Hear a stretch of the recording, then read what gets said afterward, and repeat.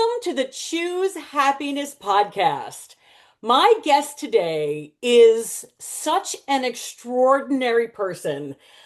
He is an unbelievably talented artist, a phenomenal sculptor, and just an all-around amazing person. I am so grateful to get to speak to you today. Please welcome, coming to us from Eugene, Oregon, Jud Turner. Thank you. It's fun to be here, and I'm really happy that you asked me to be part of this conversation. And I'm thrilled to do this. Thank you. Thank you so much. So, we'll be showing some of your art in a little bit, but you are a pretty much internationally renowned sculptor and artist. And can you take us on your journey of what led you to become an artist like this? Was it always your career plan? Yeah, no, it was not a career plan early on because I didn't know it was a realistic thing to do for a career. I have always been a builder of things, whether it was forts when I was a kid or skateboard ramps as a teenager before there were really skate parks. And I've always drawn and painted and dabbled in some sort of creative output. And so as I got older, I got interested in getting kind of formal training for drawing and painting because that was my main focus. And as I got educated in that at the University of Oregon and Lane Community College, it became a little bit less fun and spontaneous feeling. And I began making little paper mache sculptures and just enjoying like 3D work and really having fun with that. And I took one welding class to learn how to do some basics in metal sculpture. What I began to understand was sculpting with found objects and metal honors all the parts of my personality that are present. Like I get to break things for the name of art. I get to set small controlled fires. Like I've always had a fascination with fire, and welding has got a lot of fire components to it. I get to make things that honor the beauty and the things that excite me visually in the world, which was what I was doing with drawing and painting. Drawing and painting was just a little too controlled. And the other piece about it that I noticed is drawing and painting is making a representation of something. It's creating a picture or a representation of what you see in the world. A sculpture is a real thing of its own that is there and present in three-dimensional world with us. And that feels more tangible to me and more like the kind of expression of the things that excite me that fits the best. So I took a welding class, and then I wanted no more formal training in how to do sculpture. I had had great formal background with drawing and painting. That training informs what I do today to be able to visualize in my head what a natural form is, because a lot of the subject matter that I do is based in realism. So that foundation is essential to what I do. But I also wanted the freedom to explore ideas in sculpture that were what most excited me without a powerful teacher saying, here are the values of this particular medium. Mm. Because I felt like with drawing and painting, I got sort of pulled over into what my teachers were interested in and not directly the things that I was excited about. I did social work as a day job for years and then began to realize like I actually can sell this work. There's an audience for it. And this is what I want to do full time, and it takes a lot of time. And so I was able to transition to doing it full time about 15 years ago. Mm. How wonderful. Yeah. And it's very interesting talking about being an artist in an educational setting because I would imagine, and I could be wrong, is the teacher kind of saying, sketch this still life so it looks as realistic as possible. But what if someone's like, I'd rather sketch it in an abstract way? Mhm. Like, is that kind of did you They're, find that they're when you were they're in not school? telling you to do it as realistically as possible, but they are saying, my job is to teach you the visual language of this medium. Mm, Not, one of my teachers who was a very powerful and influential teacher, never said anything positive about student work. He just said, like, that's your mom's job. Your mom will tell you it's pretty. My job is to tell you what's not working here and to teach you, not to be overly precious about, you're a student. This is experimental time and time to, get your hands dirty and really learn the nuts and bolts of this and not be precious about the result of this drawing session. And he would actually come up and smudge your painting and just to teach you not to be precious. And it was highly alarming the first couple times that happened. And I understand now that's actually really good teaching because it is important to be willing to change your work and not get too attached to one idea of how it's supposed to look and be in the process and the flow of making changes, and that eventually improves the work. And if you're too precious about that process, you don't have a chance to get there. Thank you so much for sharing that because my first instinct is, what? Oh my goodness. Yep. And I think as creative people, I'm thinking about my own work. If someone did that, it'd be kind of like, well, how dare you? Right. But there is a kind of a beauty in having the art be, if you will, separate from ourselves Mhm. in that way. And I really love that. I don't know how I feel about someone coming over and doing that, but Well, in the context of being a student, I think it's an appropriate thing. If somebody came to you as a professional musician in your studio and started doing that, that's highly inappropriate. and that has happened actually. Yeah, right. That makes sense. Right, right. So, can you share a little bit about the found objects? This really excites me because I don't have the eye that you have, where you can look at, say, a cog and say, oh, that's a rabbit's shoulder, or Mhm. look at old piano keys and say, oh, those are teeth for the Cheshire cat. This Yeah. amazes me. Have you always been able to see things this way? And like, where do you find your items? I have so many questions. Oh, yeah, yes. I mean, some of it is just the human tendency to look for patterns in the world around us. So we look at clouds and see, like, oh, that kind of looks like a face. Or you look at wood grain and see a pattern that looks like an animal. So it's that typical human tendency to look for patterns taken to an extreme and Mm. used as an art skill, not just like a random observation of the world around you. Um, I'm also not like part of the drawing and painting story. I'm not naturally gifted at drawing and painting things that I see around me. And so finding shapes is super helpful in um, building animals and figures and things that I want to build in front of me. And so like looking around at things in the junkyard that remind me of other things is the first beginning stages of being able to make representational animals or forms. I see. Yeah. Wow. I would love to have that kind of an eye to be in a junkyard and see life and see, what could I turn that into? But you do, we all do. It's just a thing, it's a muscle that I've overdeveloped for this purpose. But it is just that natural tendency to see shapes or patterns in the randomness of the world around us, just like looking at clouds and seeing animals. It's that. Right.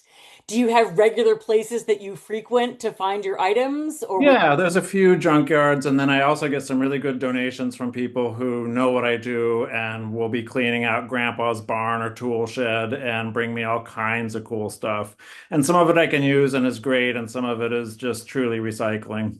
Wow. Oh, that's super cool. Yeah, and I mean, I like the recycling element of it because we live in a world where there's so much stuff produced that, I like reusing and repurposing things that already exist as opposed to buying a new block of clay or a blank canvas and making something from a raw material.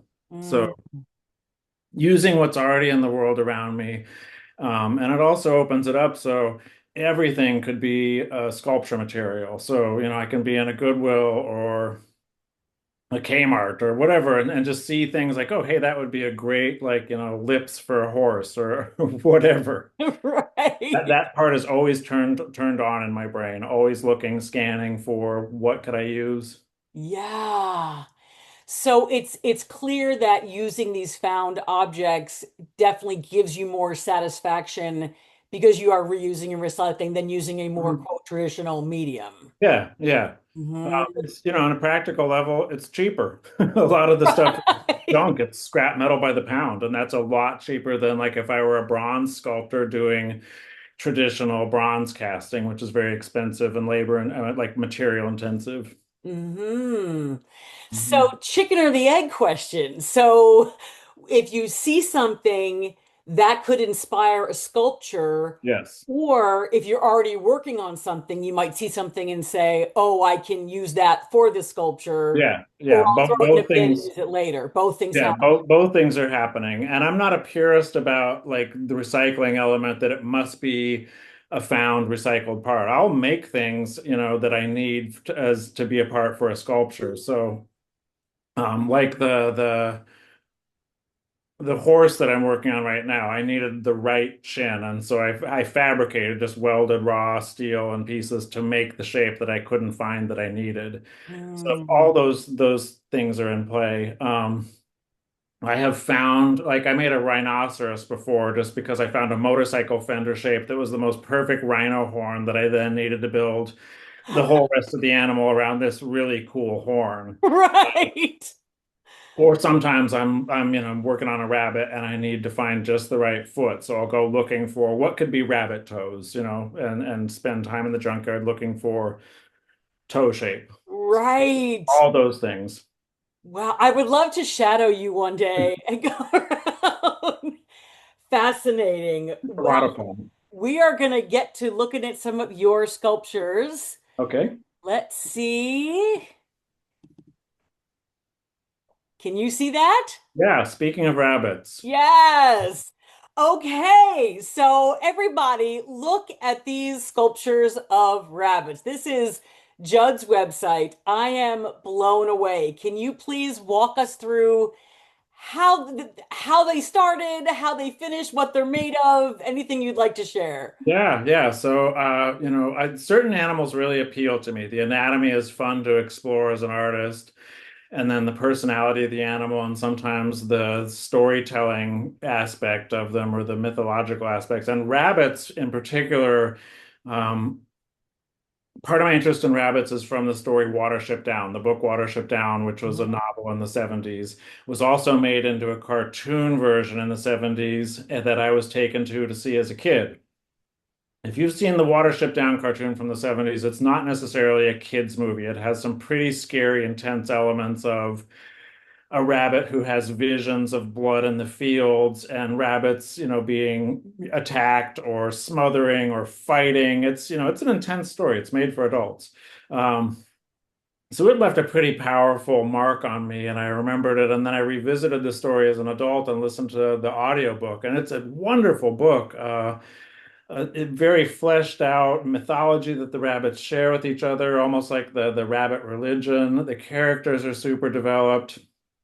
And so I began making sculptures based on some of the characters in Watership Down, making rabbit sculptures and naming them after characters. And at this point, I've probably done 40 or 50 rabbit sculptures in various poses and kind of characteristics and inspired by different characters in Watership Down because it's an expansive book. There are a lot of rabbits to choose from. And then a little more recently, my wife Renee and I, we love animals. We don't have kids. We really love being with animals and taking care of animals. So we have two pet pigs, 4 or 5 cats, depending on whether you count one of the ferals, and 6 rabbits at this point. So we keep rabbits. They get to run in our yard. They're pets. We're not breeding them. We've just ended up adopting a total of 6 rabbits. There are 3 male-female pairs that are just so sweetly bonded. Mm. So those are inspirations for sculpture. These sculptures are made out of found objects, like the ears are bolt cutters handles. Old antique bolt cutters have these handles that are so perfectly rabbit ears that it almost feels like cheating to use them. There's gears, which are cogs from motorcycle parts. I use a lot of motorcycle parts. Mm. The tail of the one that's leaping over a shovel is like a stove door handle, that sort of squiggly spring shape. There's Yes. some horseshoes in the heads, and some of the parts I'm not even sure what they're actually supposed to do. They're just parts that I found at the junkyard that are cool shapes that Mm. I don't know what it was in its functional life, but it's a cool shape that I use for sculptures. And then the most recent rabbits, I've gotten interested in showing them in dynamic motion, like these two here. Just how do you freeze frame a moment of a rabbit running or leaping? Wow. I love these guys. They just make me happy to look at them. They really do. Yeah. Let's go to Giraffacus Maximus. There he Maximus. is. Okay. So this is one of three giraffes that I did last year. The first one was a donation for a fundraiser for the Makindu Vocational School in Kenya.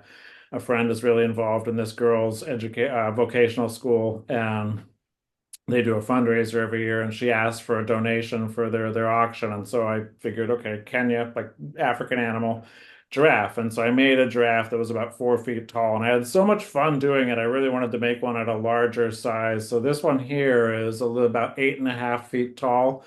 Mhm.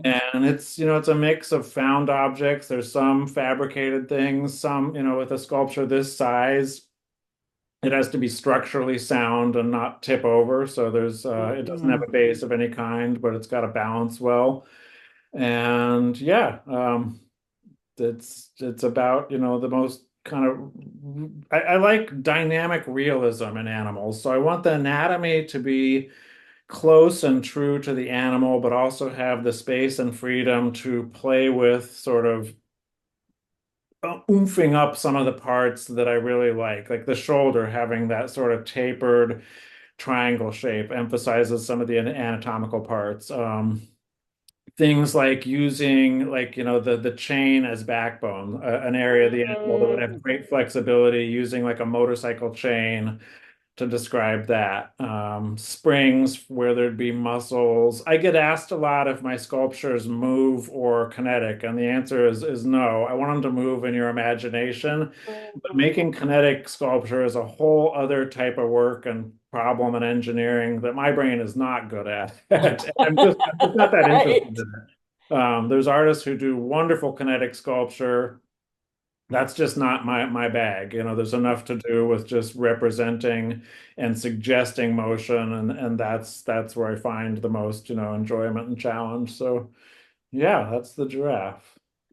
And let's pick another one. And while I'm picking, how long would this kind of would this giraffe? Oh, look at the angler. Let's see the angler. Click the angler. Yes, yes. Oh my goodness. The anglerfish is a functional floor lamp that a guy asked me to do about a year ago. He approached me and said, "I love your work. I need a floor lamp.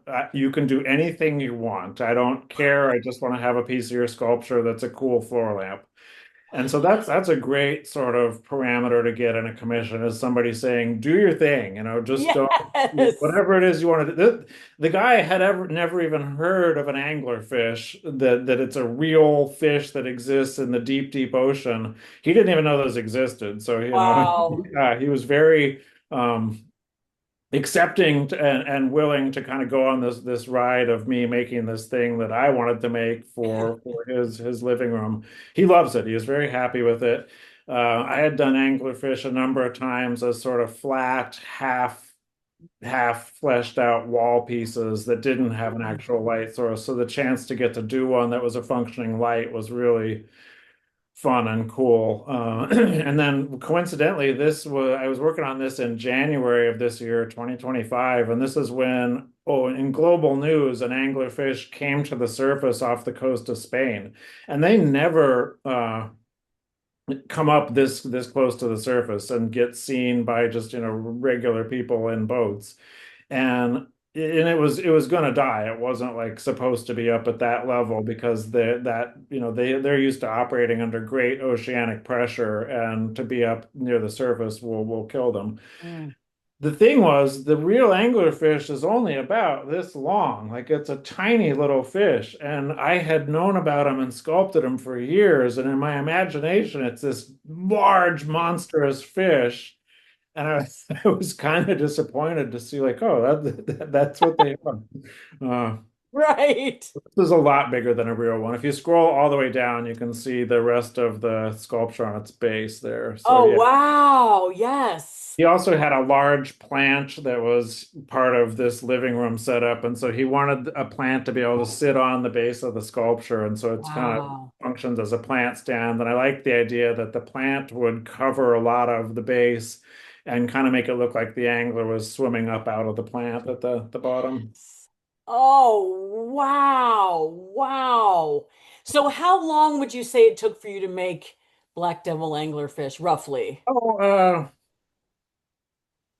probably 2 weeks, a week. I work on a lot of different things at once, and so Oh, it's okay. hard to quantify. Like I used to keep a pretty accurate timesheet of things, and then it just became its own chore. So I work on at least three to sometimes six or seven different sculptures at the same time, and they're usually in different levels of completeness, or they may be different techniques. And so part of that allows me to, if I get stuck with something, move over to a different one because you do run into sort of sticking points with this process. And so being fluid and being able to jump around is helpful. Or if you're doing a certain technique like grinding metal is loud and vibraty and tiresome. And so you might grind on anglerfish for an hour and then move over to the giraffe, which is in a totally different part of the process. And so that keeps it fresh and active to be able to work on a lot of things at once. But it makes it hard to know exactly how many hours I spent on something. So that the anglerfish was probably 10 days. Yeah, probably Oh, about that. wow. Wow, wow. So people do come to you for commissions, and then we're going to click on your work that's out and about. Yeah, public work. Yeah. So Public. people come to me for commissions that are usually smaller scale things. And then public art is an opportunity to propose and carry out much larger scale things, bigger than anybody's usually going to have in their living room or their house. Mm, And I love part of what I love about public art is that it's for everyone. It has an accessibility of it's not in a museum, it's not in a private collection, it's not in a gallery where you might feel intimidated to walk in and deal with gallery staff or just be in that mm, space. It's out in the park. This is in on this heron is on a heavily used bike path in Eugene at a mhm, place called Riverfront Park, and it's something that the city acquired. It was a sculpture that I wanted to make and then sort of shopped around for where would it have a permanent home. And it was part of what was supposed to be a temporary exhibit in this park, Riverfront Park. And it was so popular with users of the park that people kept asking me, how come it can't be permanent? And I just gave them the email of the city person and said, ask her. Like she'll, and she got enough emails from people that she said, okay, like people want this. We have some discretionary funds and we'll go ahead and acquire it and it'll become a permanent fixture there. So That's fantastic. I love usually that. public art opportunities are either being sought out to do something or applying for something that's a competitive process. The Heron here I did in 2012, and this is at the University of Oregon's West entrance at 13th and Alder. And this was a competitive process where the city put out word that there was a budget and a space and a need for public art, and artists were invited to submit proposals, and I was selected for this. And it was an early public art job that I got, and a really neat opportunity because I went to the University of Oregon, and what's right across the street from this is Sacred Heart Hospital, where I was born. So I mean that particular geographical location is, highly significant in my history in Eugene, Oregon. So it was a cool piece to get to do. And then some of the pieces that it's made out of are, it's right on a very busy intersection where there's bicycles and cars and motorcycles. And so it's all the elements from different parts of transportation. It's got car parts, a lot of bike parts, all the feathers are bike wheel forks. And then one of the coolest pieces are that the legs of the heron are train tracks from a trolley that used to run through this intersection 100 years ago. The Wow. city, when they repaved it a few years before this sculpture, had unearthed these train tracks, these trolley tracks, and set them aside in case there was some cool use for them. So when I won the award to do this job, they said, "Hey, we've got these trolley tracks if they're useful," and they're big, heavy steel. So structurally, they were perfect for the heron's legs. And then as far as connection to the place and the repurposed objects and the elements of transportation, they just fit perfectly. So I love it when the objects have that sort of multiple levels of meaning within a piece. Absolutely. That is super cool. Oh, I Yeah. love that. Now, do you take it over in pieces and assemble it right No, I built this in my studio, and the heron is about 16 and a half feet tall, and it's on a 2.5 foot tall concrete pedestal. And the ceiling in my shop is about 18 feet. So this came almost all the way up to the ceiling. And the door to my shop is at 12 feet. So after I built this in the studio, we had to like tip it on its side and get it out the door onto a trailer. And then this intersection is super busy. The hospital, the school, it's always busy there. So the city installation crew, public works people, and I had to go out at like 2 in the morning and put it up with a crane and close the intersection to not interfere with the traffic. now? It's also a heavy bar district. And so at 2 in the morning, when the bars are closing, and we had a really interesting mix of me and city workers doing this thing with a crane and people who are fairly intoxicated coming out of college bars, like, gathering around to watch the process. So, um, Right. we got it up in just a couple of hours and then it's bolted to the concrete and it's been there ever since. Wow. Unbelievable. All right, we'll take a look at one more. Where, oh, there's the crab. Let's look at Mr. Crab. I love the crab. I love Well, everything you do, but I love the crab. the crab is currently in Florence, Oregon, a coastal town, and it's right in their Old Town Florence neighborhood. Florence has a rotating public art exhibition, as a lot of kind of mid-sized cities do this, where they'll have maybe 8 to 12 pads to put public sculpture and they'll rotate through so you can have a piece there for 2 years at a time and the city pays the artist a stipend and then at the end the artist removes the sculpture or if it sells to somebody then they can send it there. The crab is made out of recycled chrome, so it's primarily like car and truck bumpers and then some motorcycle parts. um, Bumpers are a really cool piece to use for something as symmetrical as an animal because a bumper has a right and left, mirror image kind of sides of the corners of a bumper. So that's great for something like a crab shell. Yeah, I really enjoyed the challenge of a crab, and then a Dungeness crab is an animal that's pretty important to the economy and the history of the Oregon coast, so it fit that. And sometimes I'm just really into like I really want to do pinchers, so I'll do the rest of the crab because I'm so excited about doing the pinchers. Sure. Those are really cool. Yeah. Yep. And I would imagine too, you have to go out and make if something falls off or if there's some, I'm not that it would, but I mean, is there maintenance as well? Like, or if it gets, I don't It's know. pretty strong. I mean, it's Yeah. welded steel, but I mean the heron that we just looked at probably a month ago, somebody called me and said, "Hey, there's two pieces broken off and they're right here at the base." So two of the chrome pieces that I had used had been broken off and they were left there right at the base. So I was really curious, like what kind of vandalism is that where you did you tear them off on purpose? And what somebody figured out and suggested is they were kind of at the height where you would grab if you were going to try to climb it. So perhaps somebody was trying to climb it and the pieces broke off. I mean, part of the thing with chrome is that you're trying to do as few welds as possible because welding will screw up the chrome finish. So mostly chrome sculptures like this, you're trying to hide your tracks and hide where you've welded it. And so you Mm. might not weld it as strong as something like the blue heron, which is, a lot of welds and then painted with an epoxy paint.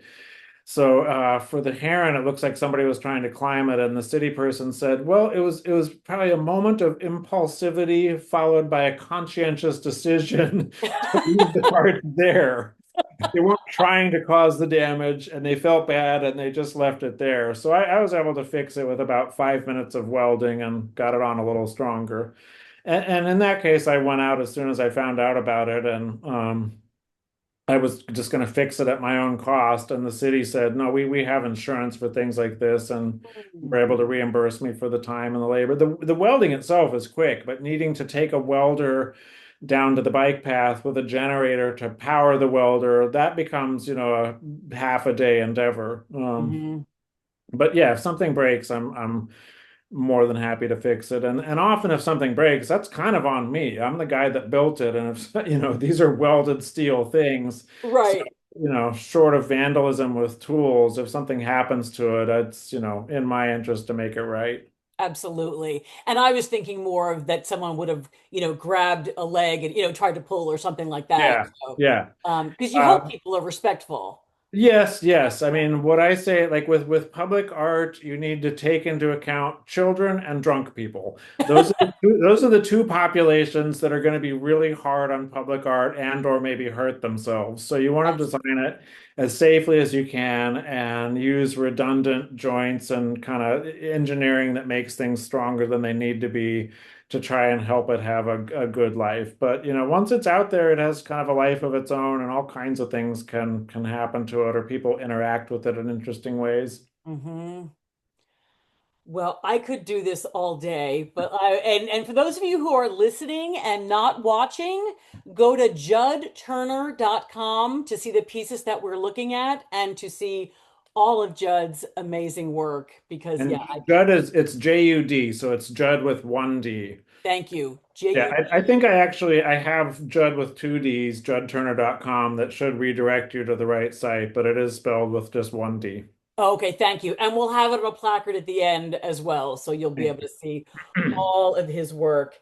So switching gears for a moment, you have such a beautiful and inspiring sobriety journey story. Would you be Yeah. willing to share that with us? Yeah, absolutely. Great. So I, in addition to growing up skateboarding and breaking things, I grew up getting intoxicated a lot, and I was pretty good at it. And uh, I mean, good at it in terms of like I didn't get into legal trouble that stopped me. I don't have children that were, harmed. I didn't crash cars, but I was using drugs and alcohol, primarily alcohol, marijuana, and sometimes liquid LSD a lot and like on a daily basis to where it was just part of my habit and my pattern. And I had done that pretty much my whole adult life. I'm 55 at this point, and I got into trouble with alcohol early as a teenager and was put into a treatment program or two and had a little taste of sobriety and recovery in my late teens and early 20s. But about age 21, pretty much as soon as I was able to buy alcohol on my own, I went for it. And so I was doing it daily and gradually increasing the amount of it and definitely decreasing the amount of fun and beginning to it adds up. I'm very lucky I didn't have severe or fatal health consequences from the amount of alcohol and the frequency with which I was drinking because I have peers now at this point in life who have died from organ and liver failure, some who are quite a bit younger than I am. So it is a real common and terrible outcome of the popularity of alcohol consumption in our culture.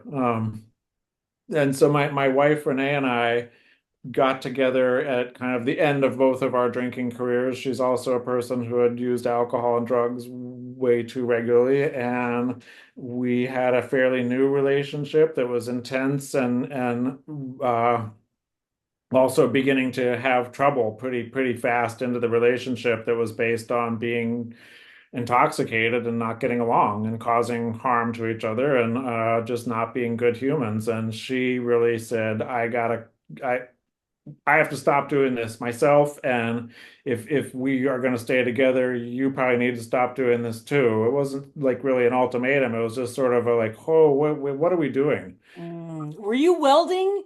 You were welding and Oh stuff. yeah, yeah, Oh, yeah. okay. I'm Oh, amazed. Yeah, it's a miracle that I still have 10 fingers after all the welding and cutting of metal that I did right. intoxicated. Oh But my goodness. you learn yeah, you learn how to function, being inebriated, and I'm not proud of that, but it is, a part of the story. So she really pushed for let's try getting sober, and I figured like, I've been doing this for a lot of years, and I'm not really getting anything out of it. It's costing money. It's going to cost health. It's going to cost this relationship that I really want to be with this person. I'm very in love with her, and it's going to tank because we're drinking so much. And so, okay, let's try sobriety. So I went to detox at Serenity Lane to get medically detoxed from alcohol. Alcoholics who stop all of a sudden can die from the withdrawals of alcohol suddenly leaving the body. And so it is important, if you have a pattern of regular drinking for years, to do it, to stop with medical supervision or taper off very carefully. And a lot of us can't self taper off, or we wouldn't have this problem in the first place. Right, right. So I did medical detox at Serenity Lane, and then we joined a program called Refuge Recovery. So Refuge Recovery is based on the 12-step models of group recovery and sharing in group and that kind of process, but uses a Buddhist-based traditions of meditation and mindfulness to use those practices to overcome the suffering caused by addiction of any kind. Refuge basically says like you could be addicted to alcohol and drugs or food or gambling or internet or sex or relationships. There's all kinds of things that you can do addictively that will cause suffering to you and or your community and your family. And if you're using a behavior to the point of causing suffering, you can relieve the suffering by using mindfulness and not giving in to the urge to feel different. Part of mindfulness practice is accepting, like, right now, this is how it is. And I don't need to change this by getting drunk. I don't need to change this by eating cake. I can Mhm. just sit with that this is how it is. And it might be pleasurable and wonderful, or it might be really painful, but this is how it is right now. And if I try to cling to the pleasurable things and make them last longer and longer, that's a recipe for suffering.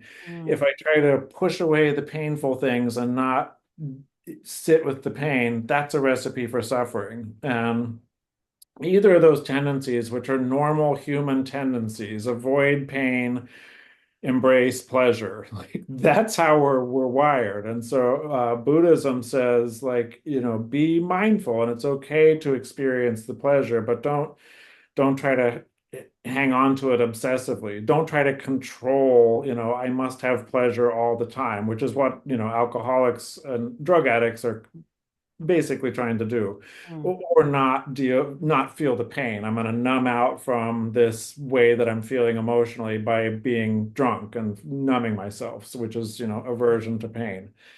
So refuge teaches us to sit with how it is now, and that's a big part of the goal of meditation is learning to sit with it, learning to sit with like my butt hurts because I've been sitting here for 20 minutes and I want to get up.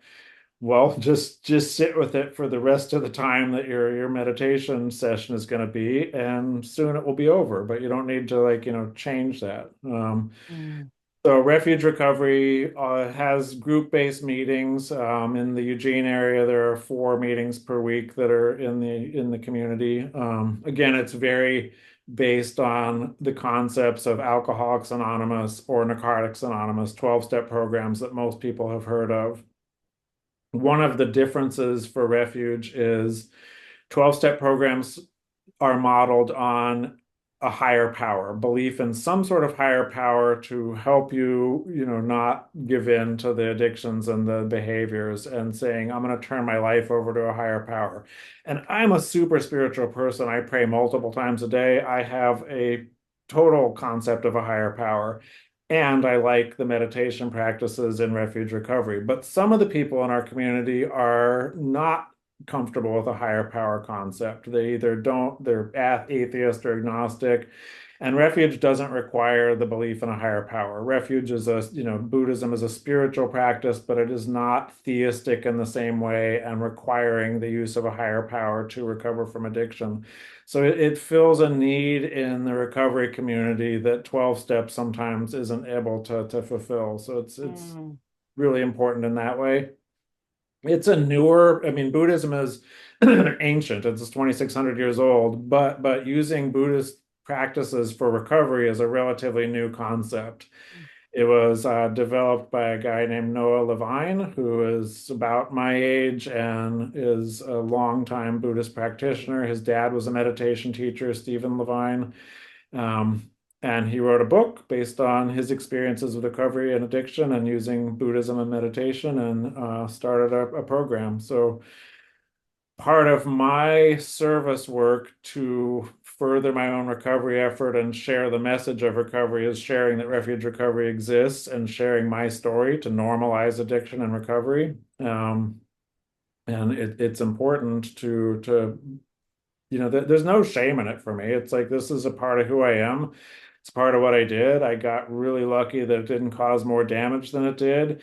And everybody in our society either struggles with it or knows somebody who does in their family or their close friends. So and to just spread the message that there are a lot of ways to approach recovery. 12 step is great. It helps hundreds of thousands of people.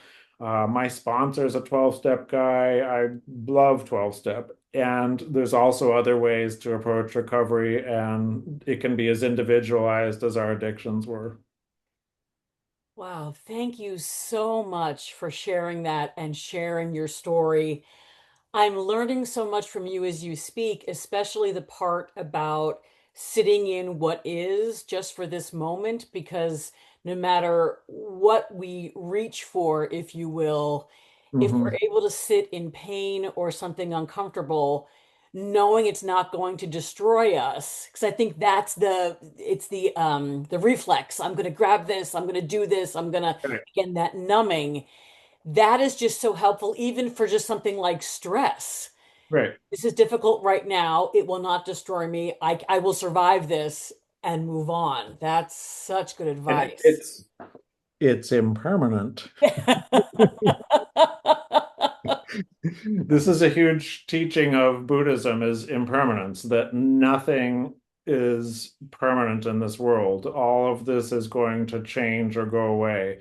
And that is true of being, in an uncomfortable emotional state or just understanding the fragility of life and the fragility of experience and that this is impermanent and I can sit through this and early on in early recovery when it's really hard to stay abstinent, learning like this craving right now to go drink beer because it's a hot day and I've drank beer on hot days for 30 years. I have this intense craving, but this craving is impermanent. If I can sit through this an hour from now, I'm going to be glad I didn't give in to this and it will change. I can get through this craving. It's impermanent.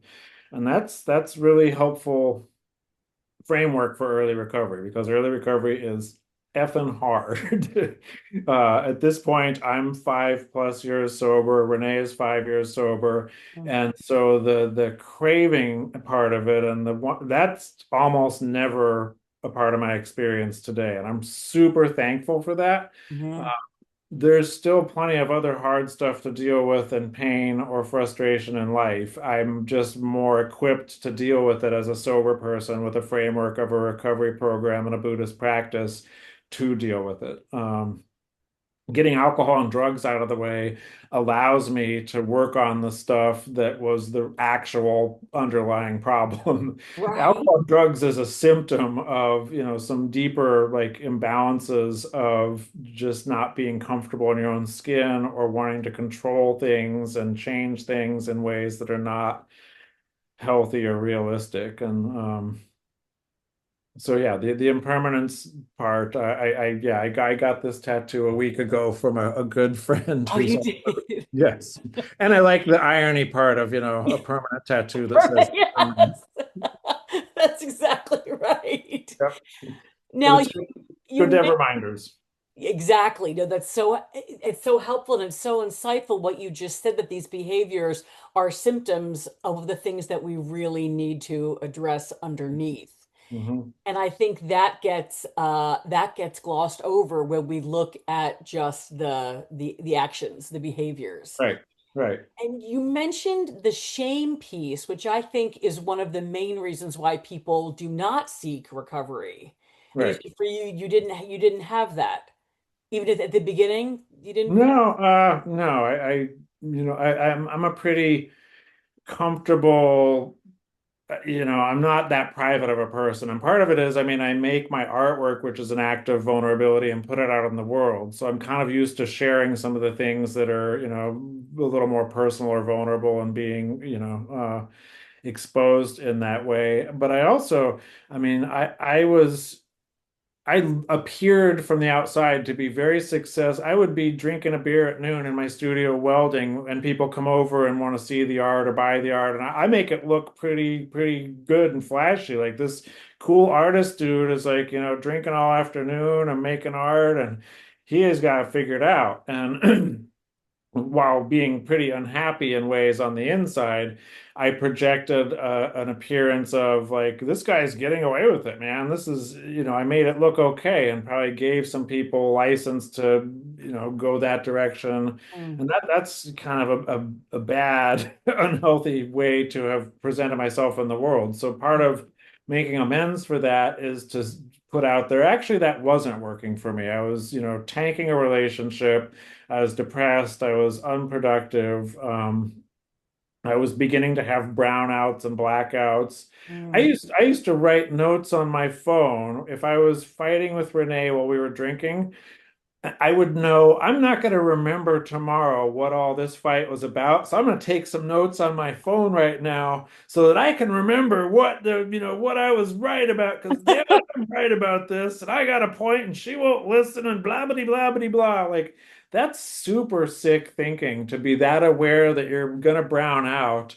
And that attached to this ridiculous argument point of view that you're taking notes on your phone to give, that's super alcoholic stuff. So, Wow, wow. and just, to have that level of awareness and still be doing it is the Yes. insanity of addiction. But I don't feel shame around it. There is some level of, genetic predisposition. I didn't have a lot of addiction in my family history, so I mean, some people do.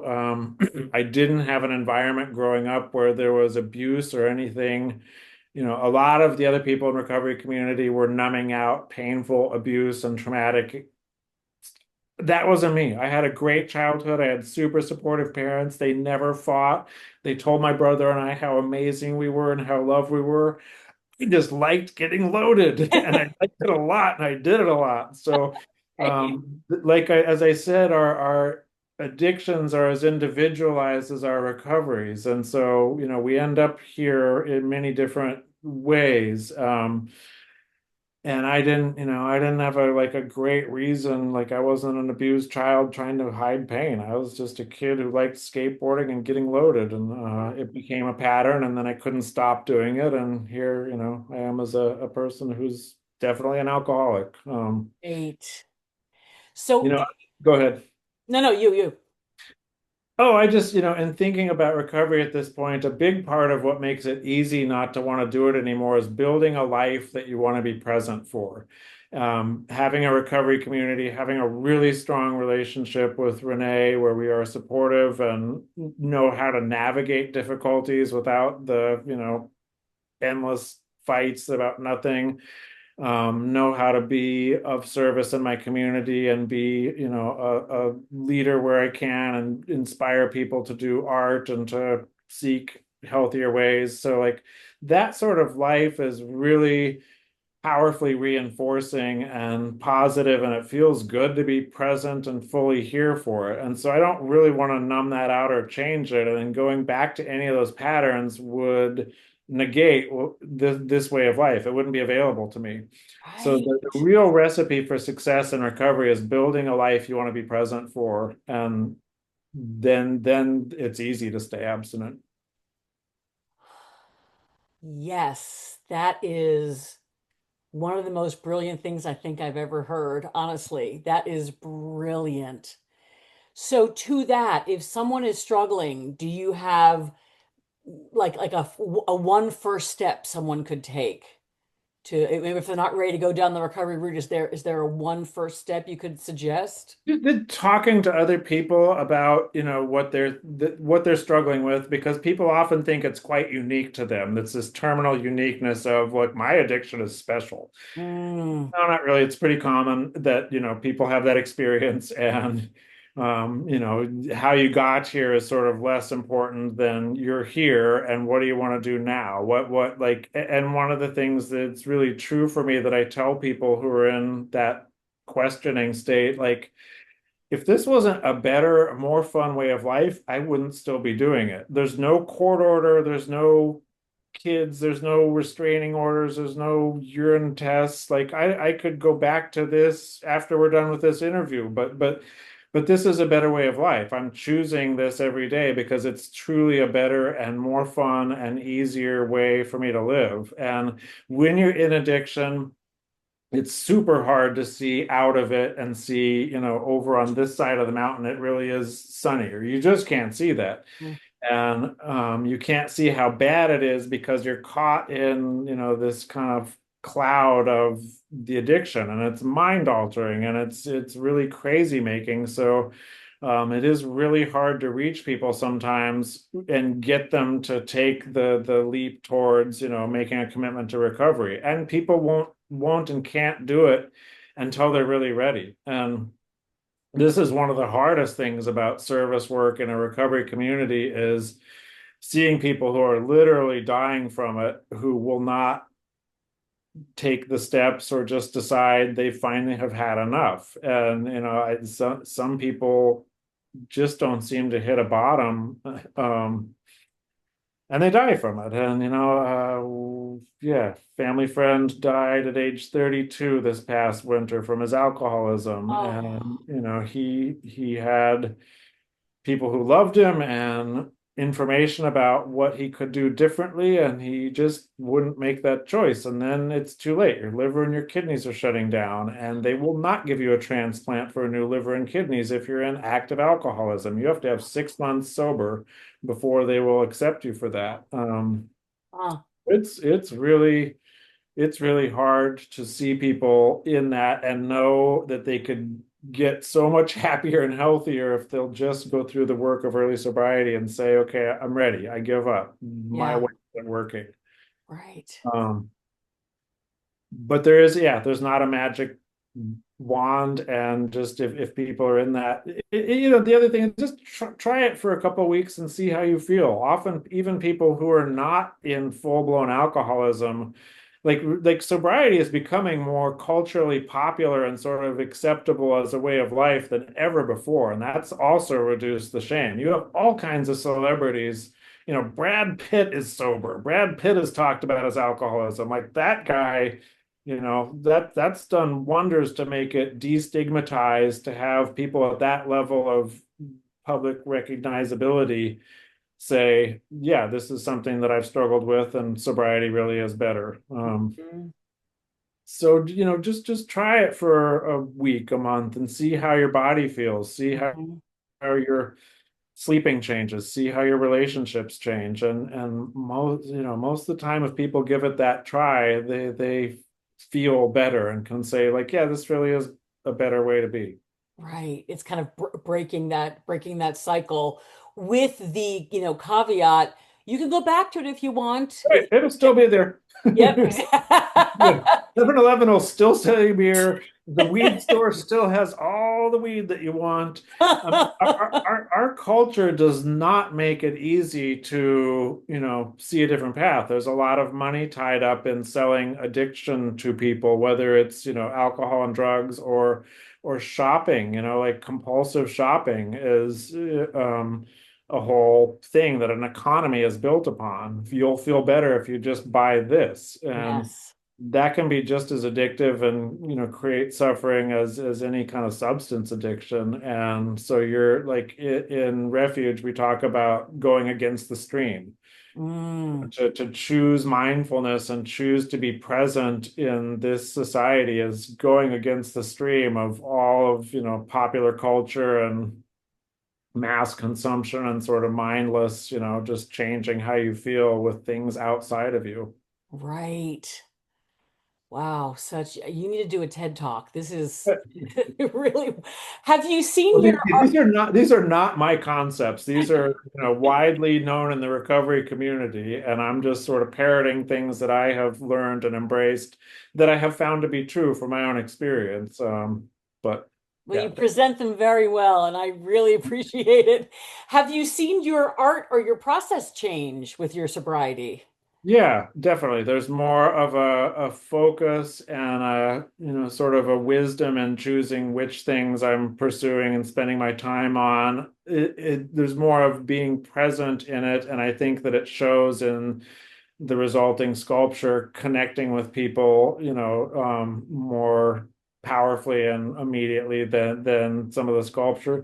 I was still able to make quite a bit of work and be productive during, my alcoholism and drug use, but it was down sloping. Like I was noticing that there was, doing it full time, there was significant time where I was not feeling very good in the morning and really slow getting going. Mm. I didn't think I got hungover, but later I realized, like, no, I was kind of hungover every day. That was just the normal way that I felt every day because that's what I was doing, every night the day before. So that definitely impacted the level of productivity. And then sometimes spending a lot of time repairing from arguments and conflicts I had created the day or the week before while drunk or while, so Oh. then texting and apologizing or looking at the notes of the fight that I took, I'm like, oh, geez, I don't think I was right about that. I might have been really off base. I should say sorry again, and the person will forgive me again. Right. Takes a lot of time and emotional energy to be constantly in that repair phase of an addiction cycle. And Wow. that's all time that I wasn't making art or doing the business end of art. And, I would just notice I'm sitting here in this little office in my studio and the work is out there. And Mm. now 4 hours have gone by and I've had a nap and an apology session and a cry and nothing's getting done out there. Right. Right. Right. Oh, So now I've really streamlined my ability to show up at, the studio and be fully present for it and excited and engaged. And yeah. I make mistakes these days and I do things that are not skillful, but I can have accountability and, apologize and make it right. And that whole cycle is much quicker I'm sure. for a person with recovery practice and some people skills. Absolutely. Wow. You are really, really an inspiration. How do you choose happiness in your daily life? I thought about that since you invited me to be on this wonderful podcast you're doing that is named Choose Happiness. And I mean I know that your personal experience, you and Jason have had some of the biggest heartbreak a person can experience. You have gone through that. And here you are, this vibrant, productive, inspiring, happy person doing a podcast called Choose Happiness. And that is really inspiring and beautiful. And Thank you. yeah, thank you for bringing this to the world and the community. It is a choice daily to choose happiness and to choose to have gratitude for the many things that we do have. You know, we've all had different losses and challenges, and there's a lot of things to be grateful for almost on a daily basis. And um, I used to work with people with developmental disabilities who had some, profound challenges that they were born with. So that got a real attitude of, you know what, all my arms and legs work and I have a fully functioning intellect. And Yeah. so if I can start there, that's some gratitude. And I can feel pretty lucky that I wasn't born with, these incredibly challenging disabilities or medical issues. Choosing happiness is I can build patterns that lead to more happiness, exercise, spiritual connection and practice. Being of service to other people builds happiness. It builds value in the community. It gets me out of my own self-centered thinking. Alcoholics and addicts tend to have very self-centered thinking. And so service work and doing things for other people just for free for the sake of doing them is a remedy to that sort of self-centered thinking. And it feels good. It leads to Yes. happiness. Oh, And it yeah. leads to connection with other people that, may not have been there if I was just operating in my self-centered mode. So those are all recipes for happiness. I'm super lucky to get to make a living doing my artwork. I have work that is meaningful and enjoyable. There is no line between work and fun for me. Ah. And so Yeah. that's a huge blessing. But I worked really hard to get to the place where this could be possible for me. So that's a big part of my happiness. Family connections. I came from lunch with my brother and a childhood friend, and Mm. we make the intention to get together and just spend the time, and that breeds happiness. And I think, like right now in the world, there are some really challenging things happening in national and global levels. And, we all know what those things are. So finding happiness and choosing happiness with that as the background can feel extra challenging. And for me, one of the ways to kind of cope with that is to do joyful, simple things for their own sake, even though that's what all is going on. Yeah. Some artist friends and I, to bring it kind of back to art-based topics. In Eugene, there are parking meters that take change to run the meters. They used to take change, but people with, homeless folks and meth addicted people were busting out the change vaults and prying them out of the parking meters and stealing the change. And so the city removed all of the change vaults in these parking meters, and there are about 1,200 parking meters throughout downtown Eugene.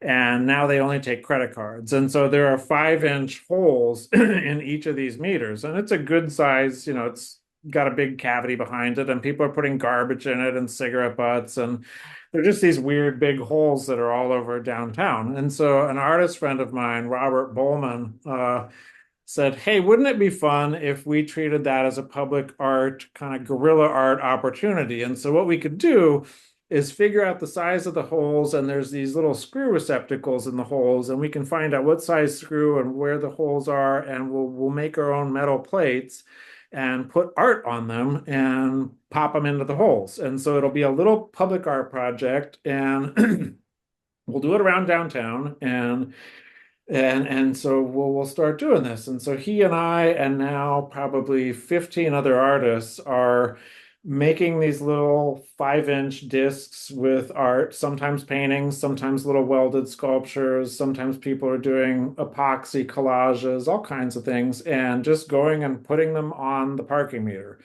And Wow. so it's bringing public art into a place that people aren't expecting to see it in downtown Eugene, which has got, a lot of like litter and homelessness and just some unpleasant, not happy people. And people feel, it feels dark sometimes Mm. there. And so these little spots of color and artistic joy just sprouting up around downtown. We did this without asking anybody for permission. We didn't ask the city about it. We just started doing it. And we decided that we would not be secretive, that we would attach our names to it on social media posts. And so if the city had a problem with it, they could tell us, stop doing that, take those down. They're screwed into place, so it's not truly vandalizing something because it's not altering the functionality of the parking meter. And if anything, it's filling a hole that trash was being put in. So it's doing some level of a public service. Um, People have loved these things. It's brought, just joy and playfulness, and people are saying, like, I'm taking my kid around to do a little scavenger hunt and see how many parking meters with artwork can we find. Because we have 185 parking meters now have little art installations. Nobody's paying us to do it. We are doing it out of our own time and materials budget, and it's fun, and it brings some of the people who have gotten involved in doing it don't typically consider themselves as artists or show their art anywhere, Mm. but they just said, this looks fun, can I play? Like, sure, I can cut you out these metal discs that are the right size and tell you what size screw to get. Here's 5 metal discs, go make paintings, go do whatever, go put them up. Wow. In the beginning, I would put on an orange safety vest so that I looked like an official city person while I'm, putting this thing on the parking meter because I was afraid of getting in trouble for doing it. And what I've Right. nobody cares what you're doing to the parking meter. And when you're wearing the safety vest, people really will just assume that you have an official, legitimate purpose, or nobody's going to question it. But I'll have to get myself one of those. That's good. yeah. So that's been fun. And one of the questions I got from somebody who wanted to play is, can I put a political message on, like, resist? Or, and I said, no, no, no, no, no, no. This is for everyone. And if you want to, like, resist some of the stuff that's happening in the world, the Resistance Act is just doing something joyful and pretty for its own sake, without any money attached to it and without any Yes. overt message. Just do it to be joyful and playful and bring art into people's lives in unexpected places. And that is the act of resistance. I agree. Oh, I agree. That's so wonderful. So can someone get in touch with you through your website if they want to make a disc? Is that how they Yeah, oh yeah, do that? yeah. Okay, great. We'll have that info We too. have an Instagram account that I can send you the link for after this that is called Eugene Parking Meter Art. And so the Instagram account is just a listing, a photo catalog of every single parking meter that people have done art for. So what I ask people to do is, when I give them the blanks, send me a picture of the artwork that you've put up. Or if you don't want to put it up, I'll go put it up for you. But we'll take a Mm. picture of it in the meter and then put it on this Instagram account. So there's one spot where people can see all of the different things that people have created. Because there's some really creative and playful things that people have done. Some people are doing 3D printing. A guy did this big snail and put it on a parking meter in front of the jail. So it's the snail at the jail. Just, playful Great. stuff like that. So Wow. Oh, that'll be wonderful to have out there so more people. You said it's 1,200, so we there's have 1,200. So there's still plenty of plenty. parking meters with the holes. At this point, the city is well aware of what we're doing, and my brother actually works for the city. So I've gotten this sort of back channel message that says, we can't officially endorse this.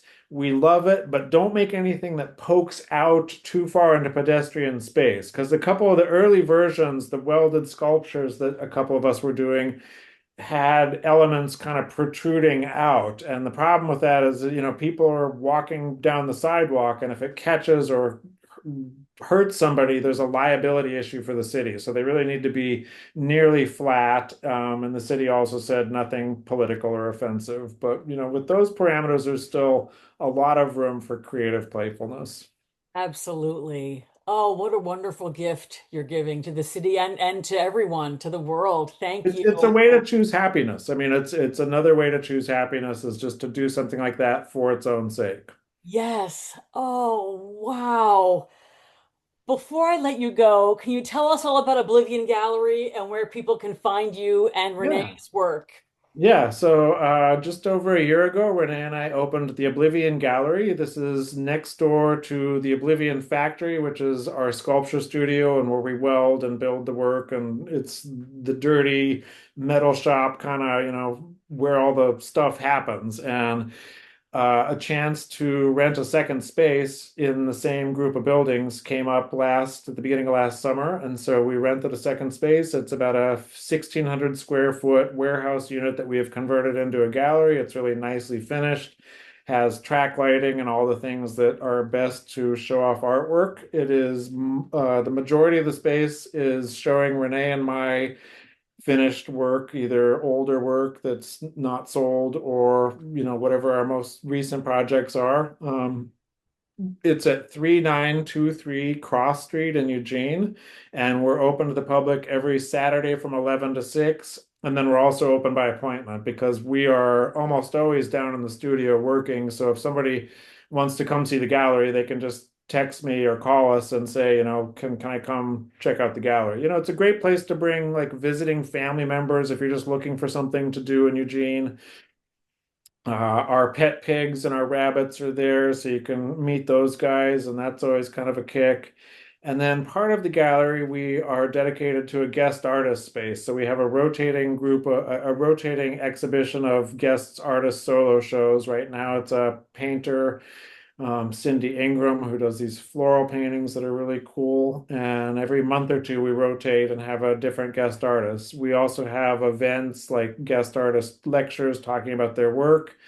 Um, and then as a separate part of what we do there, well, we host refuge recovery meetings. So we have a meeting every Sunday evening where we do a meditation and a group gathering for refuge recovery. So that's a service to the community and a cool way to use the space. But then Renee in the last year has begun doing acoustic healing or sound baths. So this is using a giant gong. We have two giant gongs, crystal bowls, bells, flutes, all kinds of things where an individual or a small group will come and she makes the gallery kind of darkened and there's a star machine and just really creates an environment and you lay and put an eye mask on and just listen to the sounds that she creates for you. And there's a whole science around acoustic healing and sound waves penetrating the body and the mind and the soul, and it's a therapeutic journey. She does a full moon and new moon gong baths for people. People are loving it. They're often, signed up for well ahead of time. So we have really loved having the gallery space and using it in all these different ways to bring creativity to our community. Amazing. You're both amazing. And I have been to the gallery and it is extraordinary. I encourage everyone, if you're in Oregon, anywhere, or even not, make a special trip to go Yeah. there. It's wonderful, Love just to have like you. its proprietor.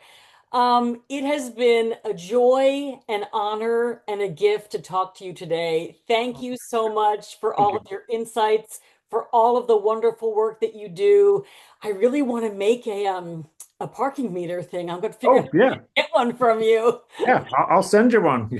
Thank you. I would Yeah, love send me that. your address offline. I'll send you one and you can send it back and you can participate remotely. You'll be our first remote artist. That would be cool. Oh, I'm very excited. Yeah, Thank you. love it. Thank you for your time. I so appreciate you. Be Oh, thank well. you. Thank you. Appreciate the opportunity. Thank you.